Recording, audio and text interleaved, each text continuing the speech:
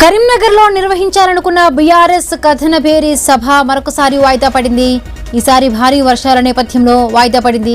ఈ సభ ద్వారా ప్రభుత్వ వైఫల్యాలు, ఎమ్మెల్యేల కొనుగోలు అంశంపై బయట పెడదామనుకున్న గులాబీ పార్టీకి నిరాశ అని చెప్పవచ్చు. మరొకవైపు వరంగల్ సభ తర్వాత ఈ సభ ఉండడంతో పార్టీ శ్రేణుల్లో ఉత్సాహం నెలకొంది.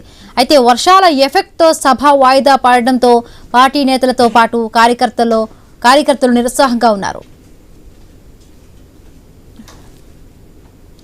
అటు బీఆర్ఎస్ బీసీ కథనబేరి సభ మరొకసారి వాయిదా పడింది. భారీ వర్ష సూచన నేపథ్యంలో ఈ సభ వాయిదా పడినట్టుగా తెలుస్తోంది. మరిన్ని పూర్తి అప్డేట్స్ మా కరెస్పాండెంట్ ఏవే స్వామి అందిస్తారు. స్వామి,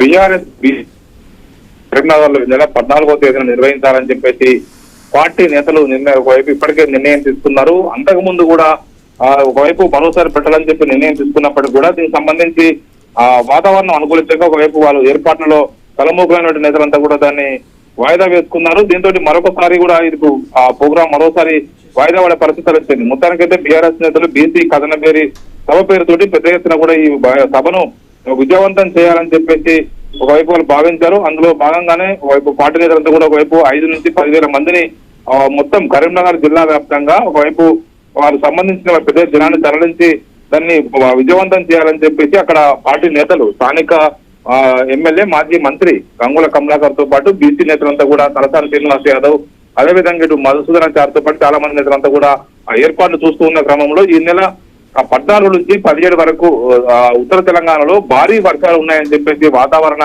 హెచ్చరికల నేపథ్యంలో ఈ నిర్ణయాన్ని మార్చుకున్నట్టుగా తెలుస్తుంది. ఈ నెల 14వ తేదీన కూడా ఈ బహిరంగ సభ నిర్వహించకుండా మరొక తేదీకి దీన్ని వాయిదా వేసుకోవాలని చెప్పేసి ఆలోచిస్తున్నారు. మొత్తానికి బీసీ నేతల కథనబేరి సభ పదే ఆటంకాలు ఏర్పడుతూ వాయిదా పడుతుంది. దీంతో కొంత పార్టీ నేతలు కూడా ఒకవైపు ప్రతి జిల్లాలో కూడా ఇలాంటి సభలు, సమావేశాలు ఏర్పాటు చేయాలని చెప్పేసి కూడా మొదటి నుంచి భావిస్తూ వస్తున్నారు. గతంలో మొదట 8వ తేదీన కూడా దీన్ని నిర్వహించాలని అనుకున్నప్పటికీ కూడా అప్పుడు అనుకూలమైన పరిస్థితి లేని కారణంగా వరుసగా హాలిడేస్ వచ్చాయి. ఒకవైపు బోనాల పండుగలు ఉన్నాయని చెప్పేసి, రాఖీ పండుగ ఉందని చెప్పేసి కూడా దీన్ని వాయిదా వేసుకున్నారు. ఇప్పుడు మళ్ళీ 14వ తేదీ నిర్వహించాలనుకున్నప్పుడు కూడా వర్షాలు హెచ్చరికతోటి, వాతావరణ హెచ్చరికతోటి కూడా వాళ్ళంతా దీన్ని మరోసారి వాయిదా వేసుకుంటున్నారు. మొత్తానికి ప్రతి జిల్లాలో కూడా ఇలాంటి సమావేశాలు పెట్టాలనుకున్నప్పుడు కూడా వాతావరణం అనుకూలించగా దీన్ని వాయిదా వేసుకున్నారు.